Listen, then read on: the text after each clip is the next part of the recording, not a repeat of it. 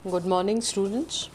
मैं doctor Anita Mathur, department of geography, BSR government arts college Alwar.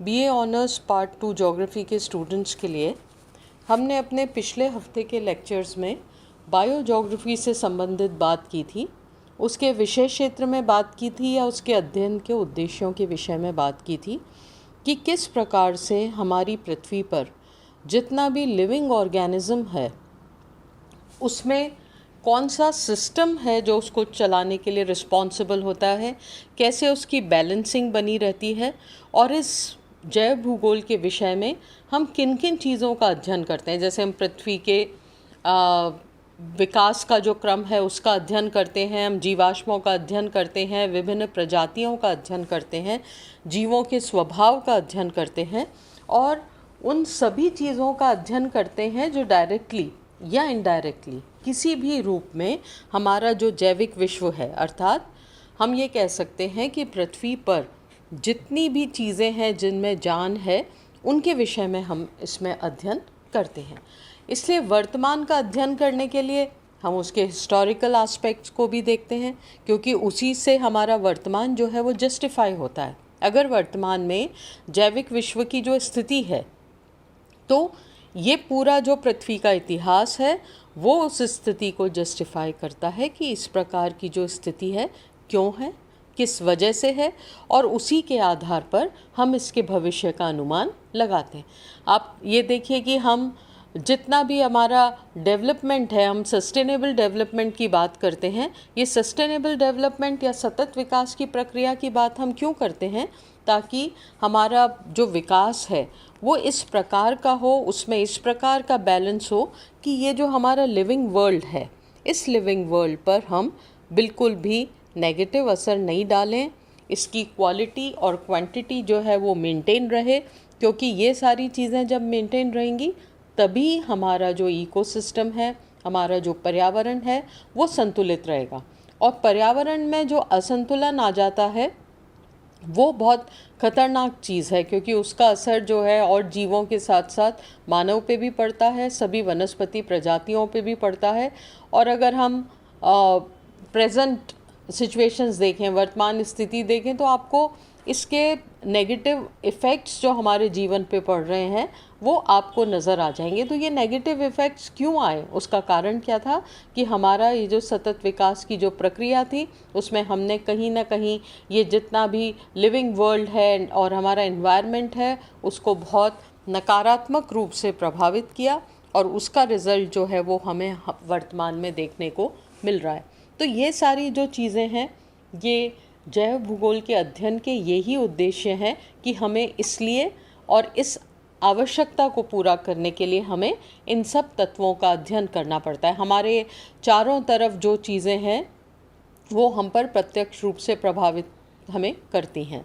कैसी हवा है, कैसा पानी है, कैसी मिट्टी है, किस प्रकार का जल हमें पीने को मिल रहा है, ये सब चीज़ें ऐसी हैं जो मानव के शरीर पर, सभी जीवों के शरीर पर, वनस्पति पर प्रभाव डालती है। तो अगर इसकी स्थिति सही नहीं होगी तो डेफिनेटली वो हमारे लिए नुकसानदेह होगी। तो जैव भूगोल के अध्ययन के उद्देश्य जो हमने पढ़े उसका क्या मेन उद्देश्य क्या था कि हम हमारा जो पारिस्थितिक तंत्र है उसको इस अवस्था में बनाए रखें कि वो हमारे जीवन पर कोई नकारात्मक प्रभाव नहीं डाले। तो मुझे विश्वास है कि आप जो लास्ट वीक हमने पढ़ा था वो आपको अच्छे से समझ में आया होगा, और उसका पीडीएफ भी मैंने आपसे शेयर कर दिया था, तो उसका जो मटेरियल है वो भी आपके पास पहुंच गया है, तो आप उसका अध्ययन कर सकते हैं। आज हम बात करेंगे कि बायोज्योग्राफी है क्या, जैव भूगोल है क्या, और इसकी कौन कौन सी परिभाषाएं हमारे सामने कब कब किन विद्वानों ने रखी। हम इसे कंपैरेटिवली नई ब्रांच के रूप में हम जैव भूगोल को मानते हैं, और हम ये मानते हैं कि जैव भूगोल जो है वो पृथ्वी पर जीवन के का जो वर्णन है उससे संबंधित अध्ययन करता है। जैसा हम कहते हैं जो भी लिविंग वर्ल्ड है उस लिविंग वर्ल्ड को हम इसमें पढ़ते हैं। अलग अलग विद्वानों ने इसकी अलग अलग परिभाषाएं दी है। पहले ये परिभाषाएं जब शुरू में दी गई तो ये सिंगल डायमेंशनल थी, फिर उसमें एक और डायमेंशन जुड़ा, ये डबल डायमेंशनल हुई या 2 डायमेंशनल हुई, और धीरे धीरे इसका विषय क्षेत्र इतना बढ़ा कि ये मल्टी डायमेंशनल परिभाषाएं हमारे सामने आई। यहाँ मेरे कहने का क्या आशय है कि ये जो विषय है इसका अध्ययन क्षेत्र जो है वो निरंतर बढ़ता जा रहा है, क्योंकि सारी चीज़ें डायरेक्टली और इनडायरेक्टली मानव जीवन पर और उसके पर्यावरण पर प्रभाव डाल रही हैं, तो हम इसके विषय क्षेत्र को व्यापकता प्रदान करते जा रहे हैं। बेसिकली देखा जाए तो जैव भूगोल जो है वो अंग्रेज़ी के बायोजोग्राफी शब्द का एक रूपांतरण है, और ये जो बायोजोग्राफी शब्द है मूल रूप से ये ग्रीक भाषा का शब्द है और 3 चीज़ों से मिलके बना है, bio, Jio and graphy. Bio means life या जीवन, जियो मीन्स पृथ्वी, और ग्राफिक मतलब उसका वर्णन, मतलब हमारी पृथ्वी पर जितना भी जैविक तत्व है उसका अध्ययन हम इसमें करते हैं। तो ये जो जैव भूगोल बायोजोग्राफी है, ये भूगोल की वो शाखा मानते हैं, हम वो ब्रांच मानते हैं जिसमें सजीवों का और उनके भौगोलिक वातावरण का जो संबंध है उसका अध्ययन यहाँ पर हम करते हैं। तो आप इससे हमें इसी से क्लियर हो जाता है कि इस विषय में कितनी व्यापकता है, और इतनी व्यापकता होने का क्या रिजल्ट है कि इसकी परिभाषाएं, इसका विषय क्षेत्र जो है वो भी बहुत ज़्यादा व्यापक है। सबसे पहले हम बात करेंगे HR मिल की परिभाषा के बारे में। HR मिल ने जब अपनी परिभाषा दी थी तो ज्योग्राफी का विषय क्षेत्र इतना व्यापक नहीं था, हम उसे सिंगल डायमेंशनल परिभाषा के रूप में भी देखते हैं। उन्होंने बायोजोग्राफी के विषय में क्या कहा था कि the purpose of biogeography is to trace out the reasons why particular species living on particular area. या हम इसको देखें तो उन्होंने ये कहा था इसके विषय में कि the science of distribution of plants and animals is called biogeography. Very simple definition. जैव भूगोल जंतु और वनस्पति के वितरण का विज्ञान है। अब ये जो परिभाषा दी गई थी HR मिल के द्वारा, उनका अगर उनके हिसाब से हम बायोजोग्राफी के अध्ययन क्षेत्र को देखें तो उन्होंने क्या कहा था कि कोई भी प्रजाति किसी क्षेत्र में निवास क्यों कर रही है, ये हमारा अध्ययन का उद्देश्य है कि हम ये पता लगाएं कि ये पर्टिकुलर प्रजाति है, ये इस क्षेत्र में क्यों रह रही है। इसका मतलब वो कौन से ज्योग्राफिकल कॉजेज़ हैं जो उसको सपोर्ट कर रहे हैं उस स्थान पर विकसित होने के लिए। अगर वो सारे फैक्टर्स जो हैं वो उसके लिए नेगेटिव होंगे तो वो प्रजाति वहाँ पर विकसित नहीं होगी। तो बेसिकली HR मिल ने जब अपनी परिभाषा दी थी तो उनके हिसाब से तो ये क्या था, एक वितरण का विज्ञान था। हमें वितरण के उन कारकों के बारे में पढ़ना था जो ज्योग्राफिकल थे, जो पृथ्वी से संबंधित थे, जो स्थानीय परिस्थितियाँ थी, उसका अध्ययन इसमें किया जाना है। तो HR मिल की परिभाषा जो है वो हमें क्या बताती है कि कोई भी प्रजाति का निवास क्षेत्र जो है क्यों है और किस वजह से वो प्रजाति वहाँ पर निवास कर रही है, कौन से सूटेबल फैक्टर्स उसको वहाँ पे मिल रहे हैं कि वो वहाँ पर रह रही है। तो ये जो परिभाषा थी HR मिल की, ये बहुत छोटे विषय क्षेत्र वाली परिभाषा मान सकते हैं, या ये मान सकते हैं कि जब ये परिभाषा दी गई तो बायोजोग्राफी का जो सिलेबस है, बायोजोग्राफी का जो स्कोप है, जो उसके अध्ययन के उद्देश्य हैं, वो इतने व्यापक नहीं थे। बहुत सीमित रूप में सिंगल डायमेंशन में उन्होंने अपनी ये परिभाषा दी। फिर हम बात करते हैं डडले स्टैम्प की परिभाषा के बारे में। डडले स्टैम्प ने अपनी परिभाषा में कहा, biogeography is the branch of geography that discuss distribution of living things both plants and animals.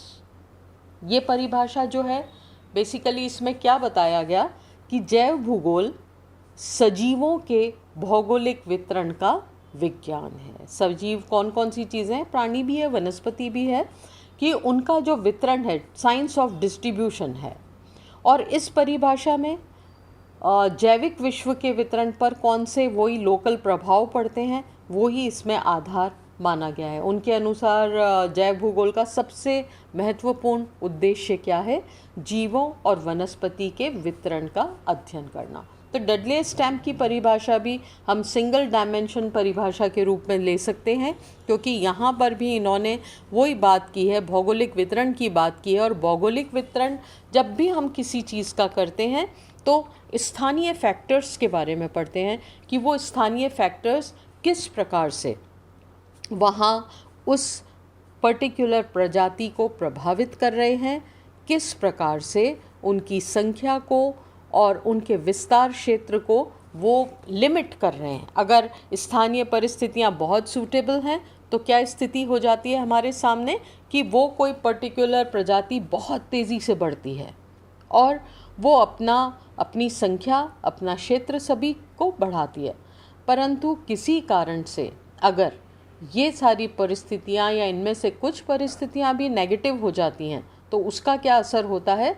उसका ये असर होता है कि वो एक पर्टिकुलर प्रजाति जो है वो उसकी संख्या कम होने लगती है, उसका क्षेत्र कम होने लगता है और समटाइम्स ऐसा भी होता है कि वो धीरे धीरे विलुप्तीकरण की कगार तक पहुंच जाती है। तो इस प्रकार की परिस्थितियां हम बहुत देखते रहते हैं और निरंतर इसका अध्ययन किया जाता है, क्योंकि इसमें बदलाव आते रहते हैं और हम इसीलिए चाहते हैं कि हमारे वातावरण की गुणवत्ता, हमारे भौगोलिक परिवेश की गुणवत्ता बनी रहे, जिससे ये सारे जीव और जो वनस्पति हैं इनका विलुप्तीकरण नहीं हो, इनके विस्तार क्षेत्र में कमी नहीं हो। परंतु ये एक ऐसी चीज़ है जो बदलती रहती है समय के हिसाब से, इनमें ऊपर नीचे होता रहता है। कभी कोई प्रजाति अपना ज़्यादा विकास कर लेती है और कभी कभी कुछ प्रजातियों का विलुप्तीकरण भी हो जाता है। तो एक सतत प्रक्रिया है,